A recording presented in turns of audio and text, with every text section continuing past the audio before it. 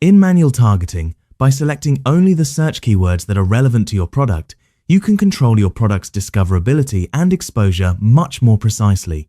This gives sellers stronger control over their advertising strategy. Another major advantage of manual targeting is the campaign data it provides. Sellers can see how many times their advertisement was shown to Amazon shoppers, how many buyers clicked the advertisement, which search keywords generated the most clicks, and which keywords actually resulted in sales. Amazon also provides important metrics such as impressions, click-through rate, advertising spend, sales generated from advertising, and performance indicators like ACOS and ROAS. By studying this data carefully, sellers can gradually improve their advertising campaigns. They can add new keywords that perform well and remove keywords that are wasting advertising budget.